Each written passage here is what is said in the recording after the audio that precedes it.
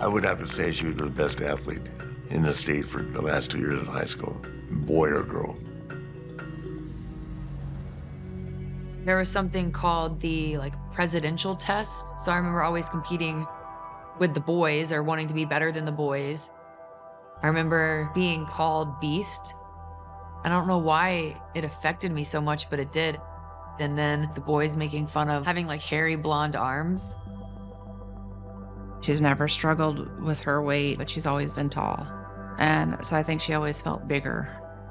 Bigger is not always better when you're a woman, or doesn't feel better. I just never, I guess, felt comfortable in my own skin from an early age. But it didn't stop me from having a great childhood or playing sports. I saw unlimited potential for her. She could have gone anywhere. I took her to Indiana, I took her to Michigan State, I took her to Wake Forest. I went to Appalachian State on a full ride for volleyball. Around the time I went on my first recruiting visit to Appalachian State, my dad took me on 2 different tours when he was with WWE. Wow, you're on camera now. They're having a good time. Go to the bus. I'm good too. Okay. I was just in awe of the ladies. They're so cool. They're superstars. They're rock stars. How do they get their hair that long? How they dress. They're just so glamorous. I could never picture myself in their shoes.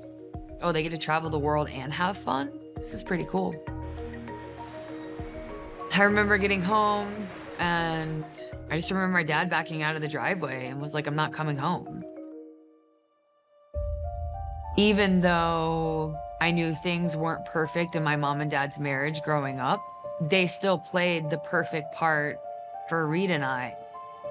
It was a very confusing time. And being done with high school and then leaving for App at the end of the summer, I think there was a lack of guidance or direction. Anytime the coach would throw me in the game, I would be so nervous, I degressed as a player. But I don't know if there was just so much mental stuff going on at home. I remember that being frustrating. I had quit volleyball, and I just remember, I don't know, just not really having anything to be proud of. And then being so proud of my dad. The time has come for the Nature Boy Ric Flair to put his career on the line. It was a retirement match for my dad between him and Shawn Michaels. And there's Ric Flair's family right here at ringside. That was such an overwhelming, positive feeling. Look at this organization that he's a part of, and it seems like such a big, happy family. You read lips? I'm sorry, but I love you. The emotion and the respect, the feeling of the audience and the passion. Over 70,000 fans paying their respects to the greatest to ever lace a pair of boots. And then seeing my dad emotional, I was like, oh, this is so cool. This is amazing. I want to be a part of this, but in what capacity? I don't know. What are your thoughts on becoming a diva? It's definitely crossed my mind.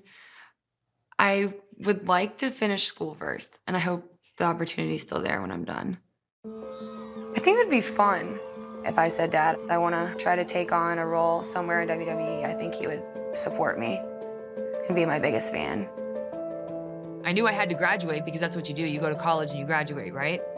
And it's well, what do I do? I moved back home. I was working as a personal trainer for a couple years.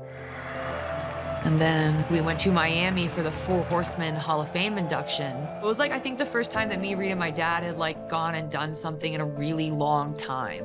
Ashley, one more time, baby. Stand up, Reed. Come on, buddy. Reed's goal was to be in the WWE. We were at dinner at the hotel, and he was like, we can do this together.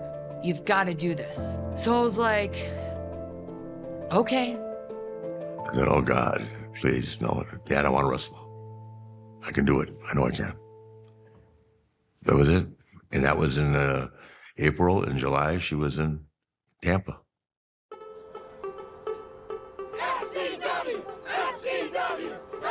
Florida Championship Wrestling at that time was the developmental system for the WWE.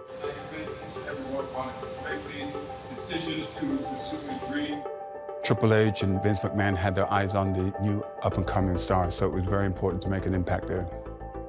I remember talking to Hunter on the phone. He was like, this life is difficult, Ashley. This life is very difficult. Like, you're on the road. Is this really something that you want to do? Like, this is a full-time job. And I'm like, yes, yes, yes, this is what I want to do.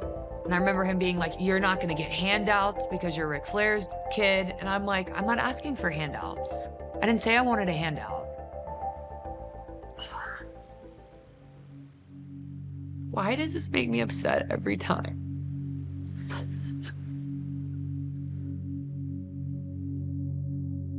I don't think anyone that was hiring me or heard that I was going was like, she's gonna be a WWE superstar and follow in her dad's footsteps. Something in my life needs to change. And had I not taken that leap of faith, I wouldn't have gone. And that's just overwhelming to think about. That's why I don't even think about it. Okay. Whew.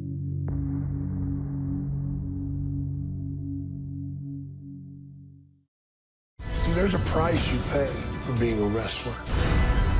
This was not supposed to happen. Whoa.